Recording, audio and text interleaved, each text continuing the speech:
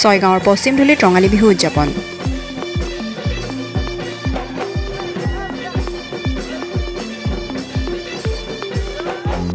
দুদিনীয়া কাৰ্যসূচীৰে অনুষ্ঠিত হয় পশ্চিমধুলি ৰঙালী বিহু।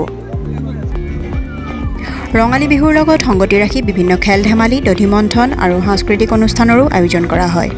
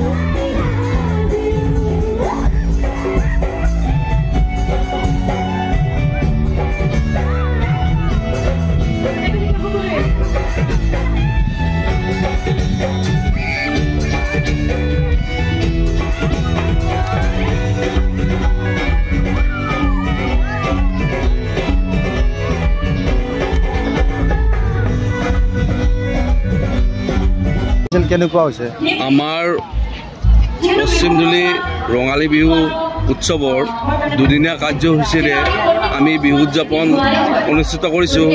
৩ বহাগ আৰু ৪ বহাগ।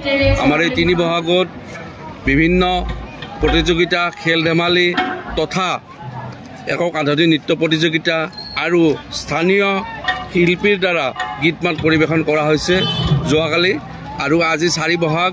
৪ বহাগত আমাৰ মহৎস্বামী কৃষ্ণপুৰী পৰিব্ৰাজকৰ ধৰ্মীয় নাট, আমাৰ দধিমন্থন নাট আমি পৰিৱেশন কৰিলোঁ। লগতে আমি তাৰ লগত সংগতি ৰাখি এখন আমি নাট পৰিৱেশন কৰিছোঁ, যিখন নাটকৰ নাম চক্ৰবেহু। ইয়াৰ পিছত আমাৰ আজিৰ বঁটা বিতৰণী সভা আৰু সাংস্কৃতিক সন্ধিয়া আৰম্ভ হৈছে, য'ত আমাৰ ইয়াৰ স্থানীয় শিল্পী তথা আমন্ত্ৰিত শিল্পীৰ দ্বাৰা আমি মঞ্চ মুকলি কৰি সংগীতানুষ্ঠান পৰিৱেশন কৰোঁ।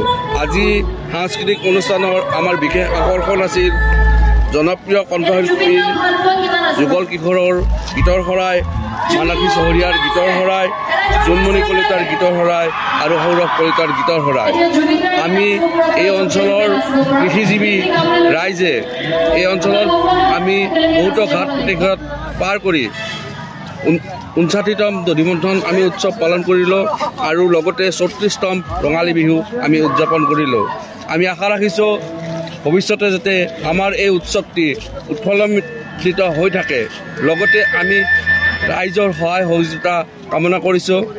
এয়ে আমাৰ এই উৎসৱটিৰ মহৎ উদ্দেশ্য। আপোনালোকে এটা নতুন প্ৰজন্মৰ উঠি অহাৰ কাৰণে আপোনালোকে কি ব্যৱস্থা লৈছে? নতুন প্ৰজন্মৰ কাৰণে আমি উঠি অহা ল'ৰা ছোৱালী কাৰণে আমি চিত্ৰাংকন প্ৰতিযোগিতা, কুইজ প্ৰতিযোগিতা আৰু আকস্মিক বক্তৃতা প্ৰতিযোগিতা, সাহিত্য চৰাৰ আমি ব্যৱস্থা কৰিছিলোঁ।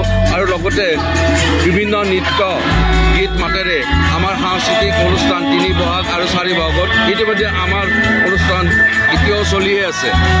হীৰকজ্যোতি দাসৰ ৰিপৰ্ট, দ্য নিউজিলেণ্ডছ।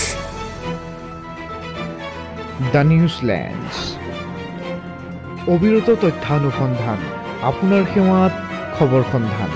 The New Zealand.